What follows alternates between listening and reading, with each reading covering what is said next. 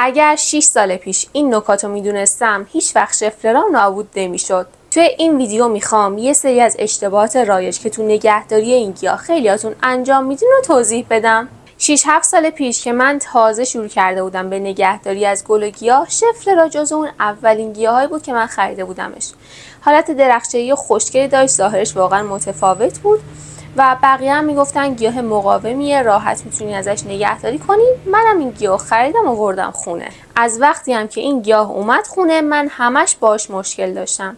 یا برگاش حالت بیحال میشد، یا برگاش حالت پیچ خورده پیدا میکرد، یا اینکه برگاش میریخت. علتش هم نمیدونستم. یه 3-4 ماه این گیاه داخل خونه بود.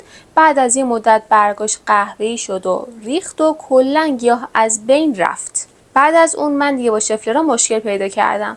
گفتم این گیاه خیلی سختیه، چون من به خیال خودم فکر می‌کردم شرایطش خوبه، ولی اصلا نبوده. بعد از اینکه یه مقدار راجبش تحقیق کردم و وارد فاز آموزش شدم، دیدم چه کارای اشتباهی من برای این گیاه انجام دادم و بعد از اون که حالا دیگه الان که شما عکس گیاه ها رو میفرستین، میبینم شما چه کارای اشتباهی برای این گیاه انجام میدین و این گیاه حق داره که از بین بره. ولی در کل اگر نکاتی که بهتون میگم و براش رعایت کنین، خیلی راحت میتونین ازش داخل خونه نگهداری کنین. اولین نکته که باید تو نگهداری این گیاه بدونین اینه که این گیاه هم مستعد بیماری قارچیه، هم مستعد آفته، اونم آفت شپشک سپردار. این دوتا رو باید بشناسین، چون اگر به محض اینکه روی برگا دیدین بتونین سریع کنترلش کنین. مستعد بیماری قارچی باشه که باید یه سری کارا رو براش انجام بدین. من قبلا براتون توضیح دادم که برای جلوگیری از بیماری قارچی چه کارهایی باید انجام بدین. میذارم لینکش این بالا میاد، میتونین ببینید. و اما اگر گیاهی درگیر شپشک سپردار شد، شپشک سپرداری شکلیه که حالت نقطه‌های قهوه‌ای روی برگا، روی ساقه ها ایجاد میکنه. با ناخونتون بکشین پاک میشه.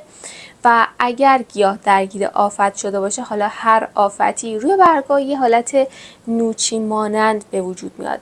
به اصطلاح بهش میگن عسلک. اونو اگر دیدین باید دنبال آفت هم باشین. حالا این از آفت و بیماری که تو ادامه ویدیو میگم که همین دوتا نکته رو بدونین که این گیاه مستعد بیماری قارچیه، چقدر تو نگهداریش جلو میافتین. برسیم به نکته اول. خیلی‌ها میگن این گیاه مقاوم به کم نوریه، اما اصلا اینطوری نیست. چه شفلرای سبز، شفلرای طلایی، شفلرای ابلق، همشون نور خیلی خوب احتیاج دارن.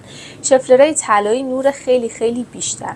ولی اگر شما به این گیاه کم نوری بدین، برگاش سریع میریزه. شفلرای سبز هم احتیاج به نور داره و این گیاه کلن شفلرا تنه چوبی داره. گیاهای تنه چوبی عاشق اینن که نور خوبی دریافت کنن و اصلا حالت درخچه است. توی شمال اگر دیده باشین این گیاهو توی باغچه میکارن. راستی اگر نور گیاه کم باشه، همین کم نوری هم باعث بیماری قارچی میشه. برسیم به دومین اشتباه. دومین اشتباه اینه که تهویه خوبی برای این گیاه ندارین. اگر شفلرا تهویه نداشته باشه، خیلی خیلی زود درگیر بیماری قارچی میشه. همونقدر که بهتون گفتم نور برای این گیاه مهمه، دقیقاً همون اندازه تهویه براش مهمه. اگر تهویه نداشته باشه، برگاش حالت افتاده پیدا میکنه، برگاش ممکنه بریزه و درگیر بیماری میشه و کلی مشکل براش ایجاد میشه. تهویه رو تو اولویت قرار بدین. سومین مورد رطوبته. این گیاه عاشق رطوبته، اما از غبارپاشی بیزاره. اگر برگای این گیاه رو خیس کنین و تهویه خوبی نداشته باشین، قطعاً گیاه درگیر بیماری قارچی میشه. به خاطر همینی که میگم کلا غبارپاشی برای شفلرا انجام ندین. حالا چون این گیاه رطوبت دوسته، میتونین براش جزیره درست کنین، البته به شرط اینکه رطوبت دارین، تهویه خیلی خوبم داشته باشین. برسیم به مورد چهارم. مورد چهارم خاکه. اگر شما از خاک سفت و سنگین استفاده کردین، از خاکی استفاده کردین که دیر خشک میشه، از خاک برگ نپوسیده استفاده کردین، یا از خاک بسته‌بندی استفاده کردین، همه اینا بعد از یه مدت تغییر بافت میدن. شما وقتی به گیاه آب میدین، خاکش دیرتر خشک میشه.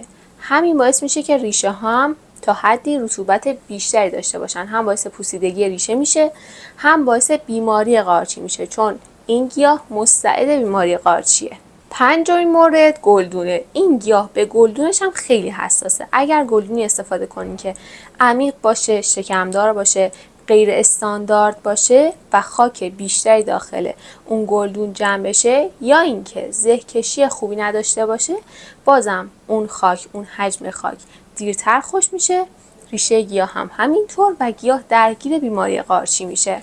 حتما باید حواستونم باشه وقتی که به گیاه آب میدین یه 10 دقیقه آب داخل زیر گلدونی بمونه، بعد از اون حتما آب داخل زیر گلدونی رو خالی کنین. حالا من اشتباهاتی برای اون شفله رو انجام دادم میدونین چی بود؟ همین که اون موقع زیاد نمیدونستم، خاک بسته‌بندی براش استفاده کرده بودم.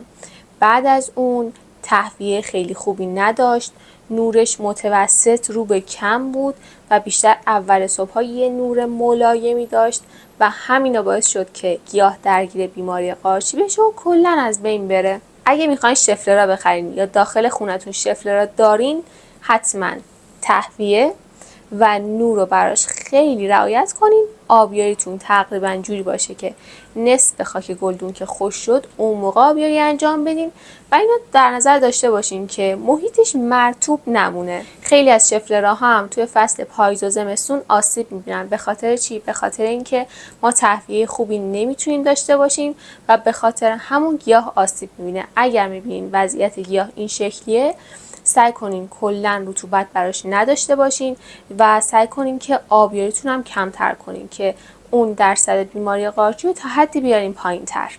البته زمانی که هوا خوب بودم ازش استفاده کنین و در پنجره ها رو باز بذارین که اون تهویه‌ای که میخواد براش فراهم بشه. امیدوارم که این ویدیو رو دوست داشته باشین، ازش استفاده کنین. مطمئنم با رعایت این نکات هیچ شفله‌ای نابود نمیشه. اگر هم این ویدیو براتون کاربردی بود، این ویدیو رو لایک کنین، برای بقیه بفرستین، کانال رو سابسکرایب کنین که به من یه انرژی خیلی خوب میدین. من همیشه داخل کانالم از شرایط نگهداری گیاها، بیماریشون، تکثیرشون کلی پست میذارم و کلی پست در مورد گل گیاه دارم. اگر به گل گیاه علاقه دارین، پیشنهاد میکنم یه سر به کانال من بزنین، چون مطمئنم ویدیوهایی که میبینین خیلی میتونه براتون کاربردی باشه. و تا ویدیوی بعدی، فعلا خدافظ.